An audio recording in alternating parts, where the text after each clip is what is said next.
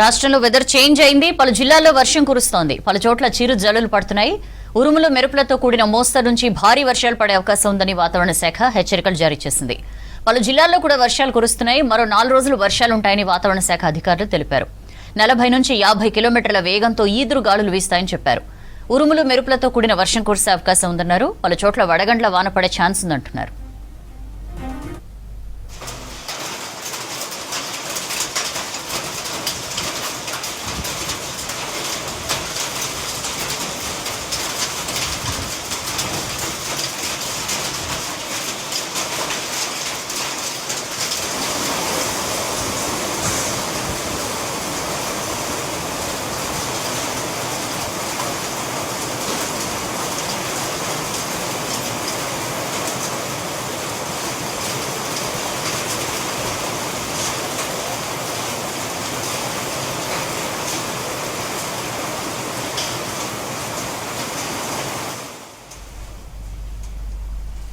ఉమ్మడి మెదక్ జిల్లాలో వడగండ్ల వానకు సంబంధించి డీటెయిల్స్ తెలుసుకుందాం. శ్రీధర్ మనతో ఫోన్ లైన్ లో జాయిన్ అవుతున్నారు. శ్రీధర్, ఏంటి వడగండ్ల వాన అప్డేట్స్ ఏంటి?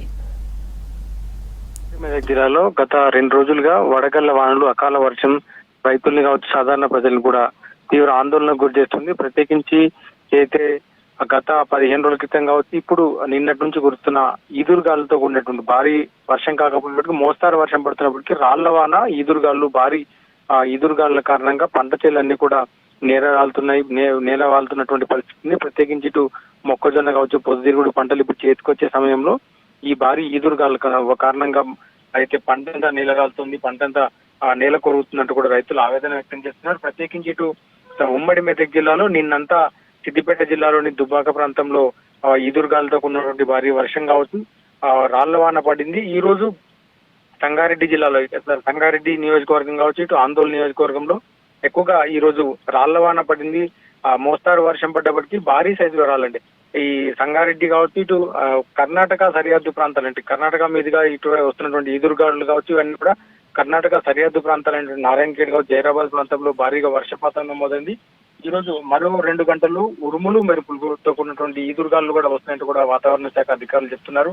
సంగారెడ్డి కావచ్చు, కంకోలు, సదాశివపేట, మునిపల్లి, జరాసంగం, ఇట్లా ఇవన్నీ కూడా జైరాబాద్ నియోజకవర్గం, నాల్కల్, కోహిరు, అయితే వికారాబాద్, రాయకోడు, ఈ ప్రాంతాల్లో ఉరుములు, పిడుగులు పడే అవకాశం ఉందంటూ కూడా వాతావరణ శాఖ అధికారులు సూచిస్తున్నారు. ఓవరాల్ గా ఇటు సంగారెడ్డితో పాటు సంగారెడ్డి నియోజకవర్గం కావచ్చు, ఇటు ఆందోళన నియోజకవర్గంతో పాటు పక్కనే ఉన్న శంకర్పల్లిలో కూడా క్రికెట్ బాల్ సైజులో ఉన్నటువంటి భారీ వడగళ్ల వాన పడిన నేపథ్యంలో జనం ఆందోళనకు గురవుతున్నారు. ఇటు ఒకవైపు అయితే ఎండలతో ఉపశమనం లభించినప్పటికీ సాయంత్రం ఏంటంటే చాలు, ఈ రోజు మధ్యాహ్నం నుంచి కావచ్చు సాయంత్రం వరకు కూడా భారీ ఈదురుగాలతో రోడ్లపైన చెట్లు విరిగిపడడం కావచ్చు, రాళ్ల వాన పడడంతో జనం ఆందోళనకు గురవుతున్నారు. ప్రత్యేకించి అయితే రేకుల షెడ్లలో ఉండేవారు కావచ్చు, గుడిసెల్లో ఉండేవారు, పాత ఇళ్లలో ఉండేవారు ఈ ఈదురుగాల కారణంగా ఇల్లు ఎక్కడ కూర్చున్నా కూడా ఆందోళన వ్యక్తం చేసిన పరిస్థితుంది. ఒకవైపు రైతులు, మరోవైపు ఇటు అయితే పెంకుటిల్లులో ఉండేవారు కూడా ఈ రాళ్ల వాన కారణంగా ఆందోళనకు గురవుతున్నారు.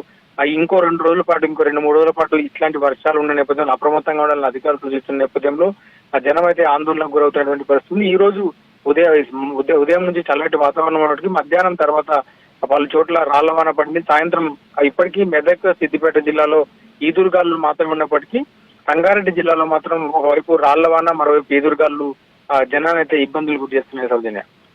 Right Sridhar, thank you.